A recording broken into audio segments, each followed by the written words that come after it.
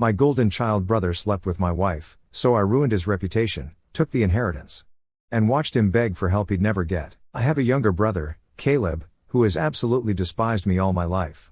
If you were wondering, maybe it was out of jealousy, well, you were wrong. I wasn't the favorite child, he was, so he had nothing to feel jealous about. Let me give you some context. My mom has always pampered my younger brother. He was the golden child in our family. Mom would make his meals, do his laundry, and even ask me to assist with his schoolwork.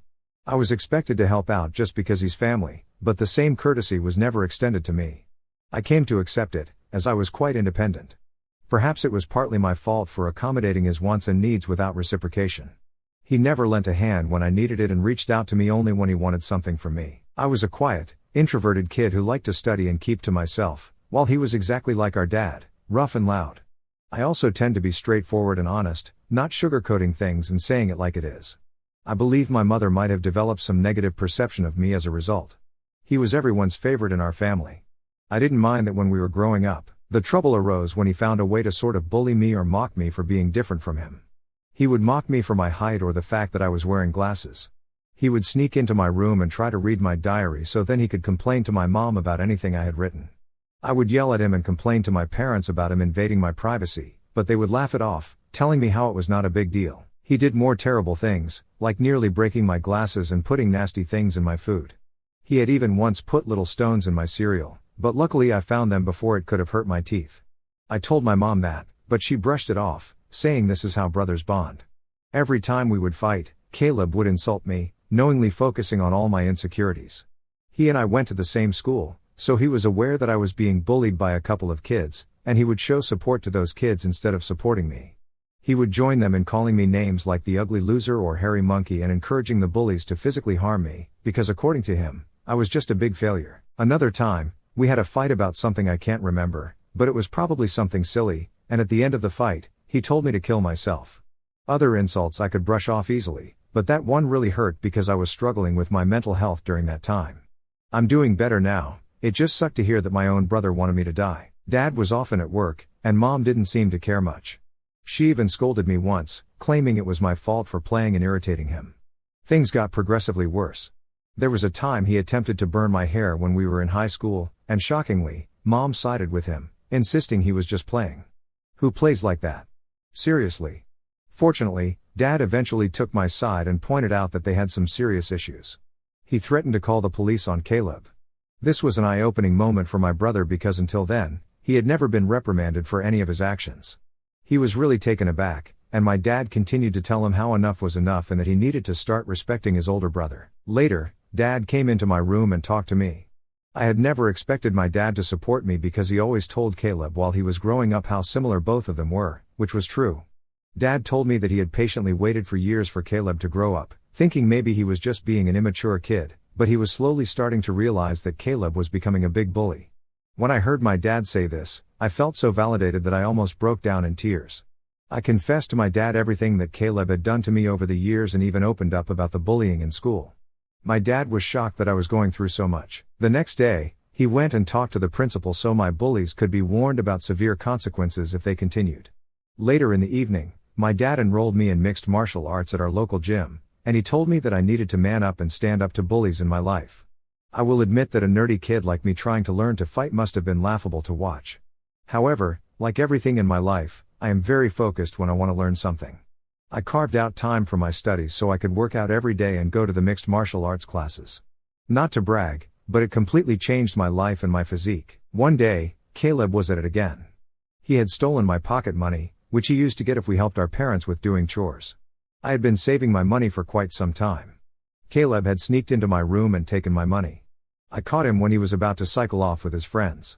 I firmly told him to give me back my money since he knew stealing was wrong, but Caleb snickered and taunted that all I could do was run to Daddy for help. I don't know what came over me, but I gave Caleb a resounding punch to his face. He was stunned in silence as he fell backwards on the ground. I picked him up, took out my money from his trouser pocket, and then threw him back down on the ground. Caleb started to cry loudly like a little baby. It was comical to see a teenage boy crying on the ground. However, my mother came running out the door, hearing her baby boy, to help him up and find out what had happened. When she learned that I had fought with him, she was surprised and then started to reprimand me. She told me that as an older brother, I should teach better things to Caleb. While Caleb seemed to be enjoying seeing me being chastised, my mother also complained to my dad about how I had effed Caleb up and how I needed to be controlled. My dad grimly asked both of us to explain ourselves.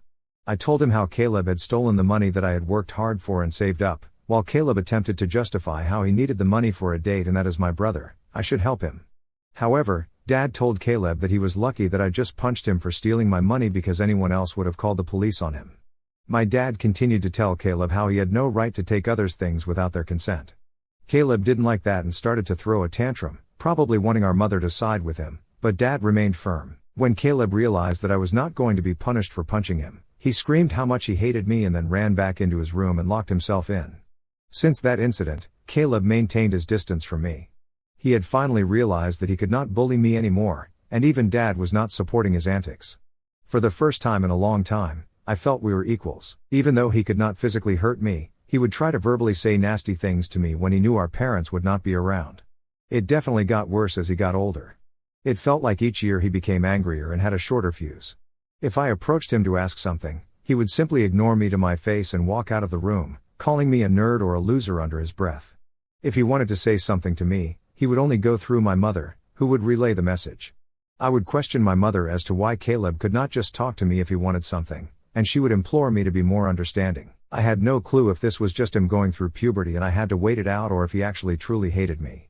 I used to be able to deal with the things he would say over the years, but it got to a point where I just wanted to move out of home to get away from him. I would go to my mother countless times, asking if she could mediate a sit-down conversation for all of us to talk it out, but she always refused, saying she didn't want to get involved. I even asked for her opinion on why he treated me that way, but she would just brush off the question. Eventually, I went away to my dream university since I was a grade A student and was even qualified for a scholarship. My dad threw a party for me, and my mom seemed proud of me also. However, Caleb remained aloof and distant, barely acknowledging my achievements. The day I left for university was a mix of excitement for the future and relief to escape the toxic environment at home. The first few months at university were liberating. I made new friends, enjoyed my classes, and started to build a life separate from the oppressive atmosphere I had experienced growing up. The constant fear of Caleb's verbal attacks lifted, and I felt a newfound sense of peace. I began dating my wife, Karen, when we were both in the second year of our university. My friend introduced us at a frat party, and we clicked right away. Coming from a religious family, having kids without being married was a big no-no. However, we found out she was pregnant when we were in the last year of our university, which prompted us to get married as soon as we graduated. Our wedding was a small but peaceful ceremony. Our parents were happy for us, and we had a good time at our wedding. At that moment, I believed she was the love of my life. I always held the mindset that I wanted monogamy in life, one woman to come home to and be with for the long haul. Despite women trying to engage with me over the years, I never pursued anything because I was genuinely content in my marriage. Karen was my dream girl, and I never wanted to hurt her. However, over the years, there were 2 occasions when I discovered she was being unfaithful in our marriage. One was an off and on affair that lasted a few years with her married coworker, and the other was a fling with an ex she had dated in high school when she went to visit her family states away. I'm sure there will be people who might call me foolish, and looking back, I can't really deny it myself. After a period of separation in both situations, I made the decision to forgive my wife. I never wanted to raise my child in a broken home, and I genuinely believed we could overcome these challenges. We were quite young when the situation with her coworker occurred, so I chalked it up to youthful mistakes and not thinking things through. For a while, things seemed okay with us. I could never fully trust her, but I tried my best to push aside my doubts because I knew that if I chose to forgive her, I had to work towards moving past it and starting with a clean slate. It's been 4 years since the second time she was unfaithful, and I felt like I made the right decision by giving her a chance to show that she still wanted to be in our marriage. For years, Karen seemed to have changed, and we were genuinely happy with plans set in motion for the future of our family. However, 3 months ago, my reality was once again shattered by yet another incident, which in my mind was far worse than the others. When she revealed that she had been sleeping with someone for quite some time and suggested that our son might not even be mine, hearing her words, I felt like the ground had been pulled out from under me. A mix of shock, betrayal, and disbelief overwhelmed me. I struggled to comprehend the enormity of what she had just disclosed. In the days that followed, I managed to ask her why she had kept such a significant secret and how she could have done something so devastating. Her reaction was a cold and indifferent demeanor. She seemed detached, almost unbothered by the pain she had inflicted. Her responses were vague, leaving me with more questions than answers. It was a surreal and painful moment, confronting the shattered trust and the uncertainties about my own family. I continued to ask Karen to tell me the truth because I felt like I deserved to know the father of the child since I had been literally raising our son since the beginning. In the end, she admitted that it was Caleb. My eyes widened in shock as I asked her what exactly she meant by that. This is when Karen told me how she and Caleb had become friends back when I had introduced Karen to my family, and she had stayed with us for Thanksgiving up until the New Year's. I remember Caleb, who was usually cold to me, was quite polite and warm towards her. I was glad since I did not want to make Karen feel unwelcome. She wanted to be accepted into my family, so she would spend significant time hanging out with my mom whenever she could. She noticed that Caleb and I were not that close and questioned me about it. I finally opened up to her about my childhood equation with Caleb and told her how we might never be able to repair our relationship since he never could move past his feelings. Karen understood. However, she started to include Caleb whenever we would go out, perhaps hoping that both of us would warm up to each other. If we were going to watch a movie, she would invite Caleb, and then we would have to watch whatever movie Caleb wanted to watch. I guess during this time, Caleb and I did talk a few words here and there, which was a significant improvement compared to how he had been giving me the silent treatment for years. I do remember Karen and Caleb would hang out and play video games together, but I never thought much about it. Karen told me how one day Caleb opened up to her about his struggles and his recent breakup with his then ex-girlfriend. He seemed so vulnerable with her, and they struck a friendship. She said how he would sometimes harmlessly flirt with her when I was not around, and apparently one thing led to another, and she could not control herself anymore. I closed my eyes as the vision of my wife and brother sleeping together almost made me puke. She told me how guilty she felt after that and ran away from him. After that, she decided to go back home, which was true because my girlfriend had abruptly told me how she wanted to go back home when I thought she would be spending New Year's with me. I tried to convince her to stay, but she was adamant that she had to go. After the holidays, when we met in college once our class resumed, she was back to her usual cheerful self, so I never questioned anything. 2 weeks after that, we found out that she was pregnant. Now, Karen told me that she had no idea whether it was really my child or Caleb's, and she had no way to find proof because I was already stepping up.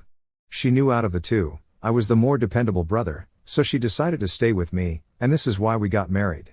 I felt like my whole world was crashing down around me.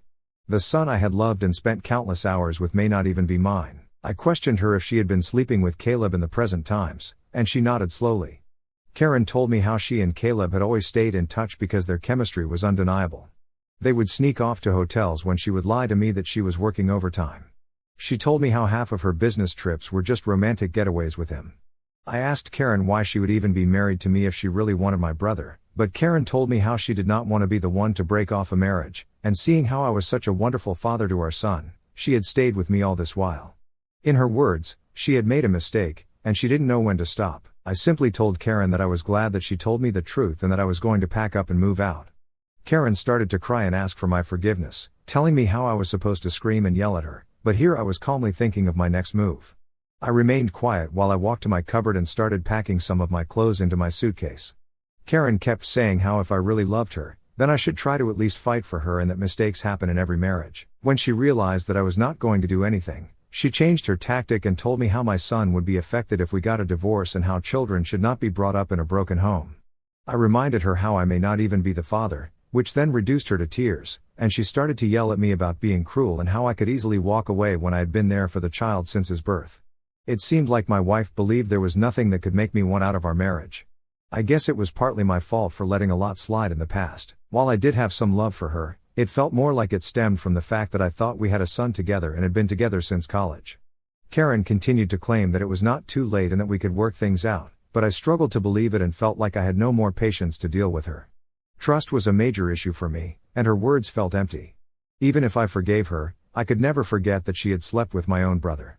I've always believed that people could make mistakes and be forgiven because we're all flawed, but this went beyond a certain limit. I left her crying on the doorstep and checked into a hotel. The next day, I went straight to my parents and told them everything about my wife's affair with Caleb and how they had been sleeping together for years behind our backs. The shock on their faces was evident. My mother, true to her nature, initially tried to defend Caleb, telling me that this could not be true since her boy would never do something like this to his own brother. Determined to expose the truth, I requested my parents to remain silent and allow me to call Caleb right in front of them. I told them not to make a sound since this was how I could expose Caleb's true colors. I wanted him to think that it was just a private conversation between us so that he could hopefully let his guard down. As Caleb picked up, I laid it on him and confronted him with the revelation of his affair with my wife. Initially, he denied it vehemently and refused to accept it. Then, when I told him that Karen had admitted to everything, he started to blame Karen, labeling her as characterless. He told me that it was not his fault if women were attracted to him and that he was the better-looking brother. I told him firmly that I was going to expose him in front of everyone. When Caleb mocked that no one would believe me and that he was the golden child anyway, I scoffed at his arrogance and thanked him for confirming the truth since our parents had heard everything. Caleb went quiet and then sputtered to explain himself, stumbling over his words in an attempt to salvage his image. My mother, still grappling with the shock, demanded an explanation from Caleb. He stuttered through a feeble attempt to justify his actions, blaming everyone else but himself and desperately trying to shift the blame onto Karen. I could see my mother, who was once protective of her favored son, now felt a mix of disappointment and anger. In that charged moment, I felt a strange sense of vindication. For years, I had endured Caleb's torment. Now the truth had come to light, and the roles were reversed. It was Caleb who stood exposed, his actions laid bare for everyone to see. As Caleb's words faltered, my father, usually reserved in his expressions, couldn't contain his disappointment. He asked me to pass him the phone and went off on him.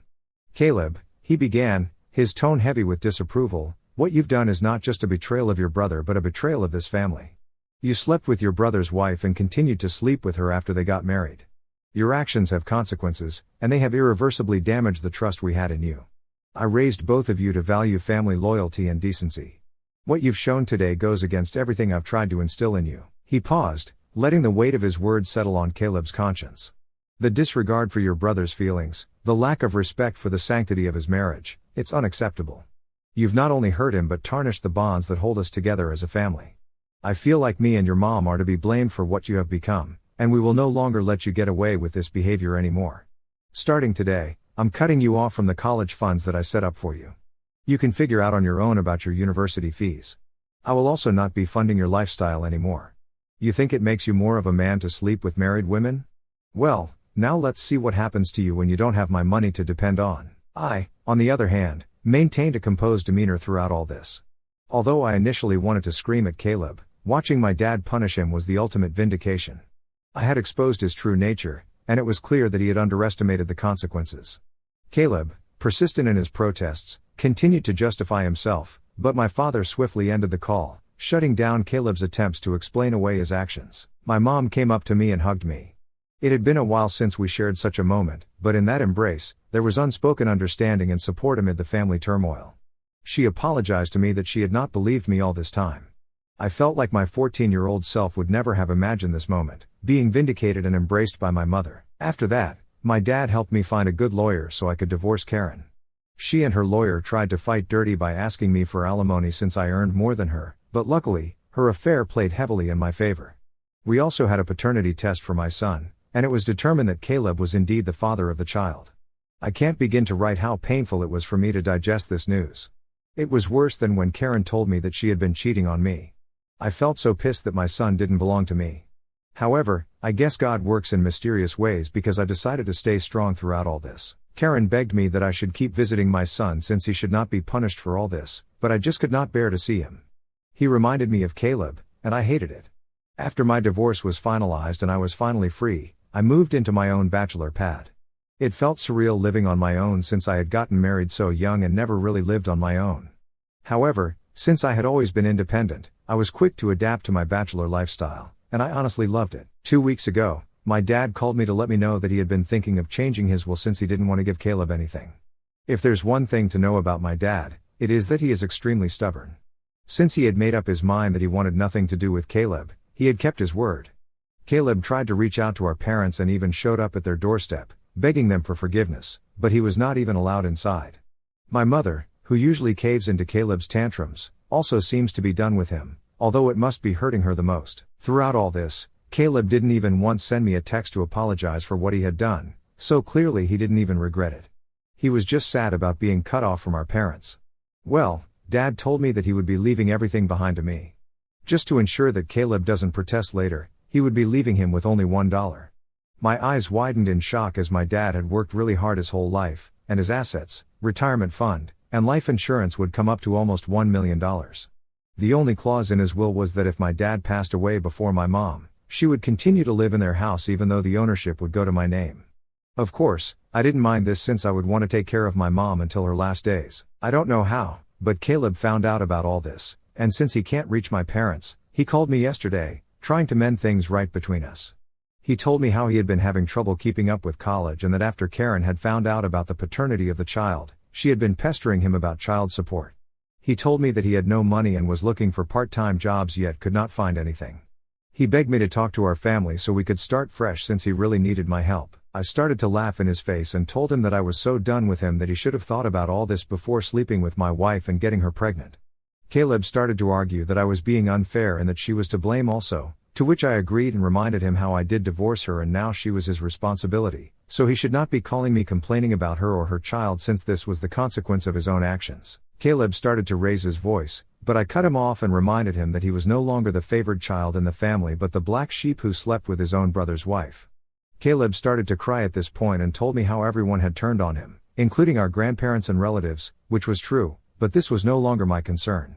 I told him that we were done and to never call me again since I was no longer his brother. Since then, I have been replaying the conversation over and over in my head. Although I hate my brother, I had never heard him cry, at least not since we grew up. I won't lie, but it did hurt me a bit that he was this helpless. So, I guess I am here to ask if I should talk to our parents about him or would I be an a-hole if I don't. Hi everyone. A lot of you have been asking me as to why I am no longer in contact with my son, Henry, and some of you have also called me cruel. Well, I'm sorry to say this, but I don't feel comfortable raising another man's child. This is not a stepson scenario. In this case, I was led to believe that he was my son, and then I discovered that he was in fact my brother's son. Of course, I am hurt, and I have cried over it for days, but the reason I don't want any contact with Henry is because I no longer want Karen in my life. If I talk to her child, she will find a way to snake her way into my life again, and I need my own space. You can call me cruel or selfish, but I can't see him ever again or at least not for a very long time. Most of you have correctly guessed that it was in fact my mother who told Caleb about my dad changing his will, and he called me as a last resort to mend things. I did confront her in front of my dad, and she broke down. She told me how I had punished Caleb enough and that he had learned his lesson. My dad firmly told my mother that if she felt what Caleb did was forgivable, then he could no longer stay married to her since he could never forgive him for his betrayal. His threat seemed to shut my mother up. My dad made it clear to her that if she ever talked with Caleb and we found out, then she could pack her bags and just leave him. Like I said, my dad is a very stubborn guy. Hopefully, my mother will learn from her mistakes. My relationship with my parents has improved in the last couple of months. My dad and I go golfing every weekend, and he behaves with me more like a buddy than my own father. My mother, even though she misses Caleb, has stayed away from him. Last I heard about Caleb was from my cousin, who told me how Caleb had been asking everyone for money and in the end had to drop out of college when he could not afford to pay his fees anymore. He and Karen are living together, and he even has a job as a part-time mechanic, apparently. I think they are raising Henry together, which is a good thing, I guess. I never bring up Caleb in my discussion with my parents, and neither do they. For everyone asking, I am doing quite well. I was promoted at my job 2 months ago, so my salary has improved significantly. I haven't been dating anyone since I feel like I need time and space to heal. I have been going through a few therapy classes, so I guess we will see how that works out.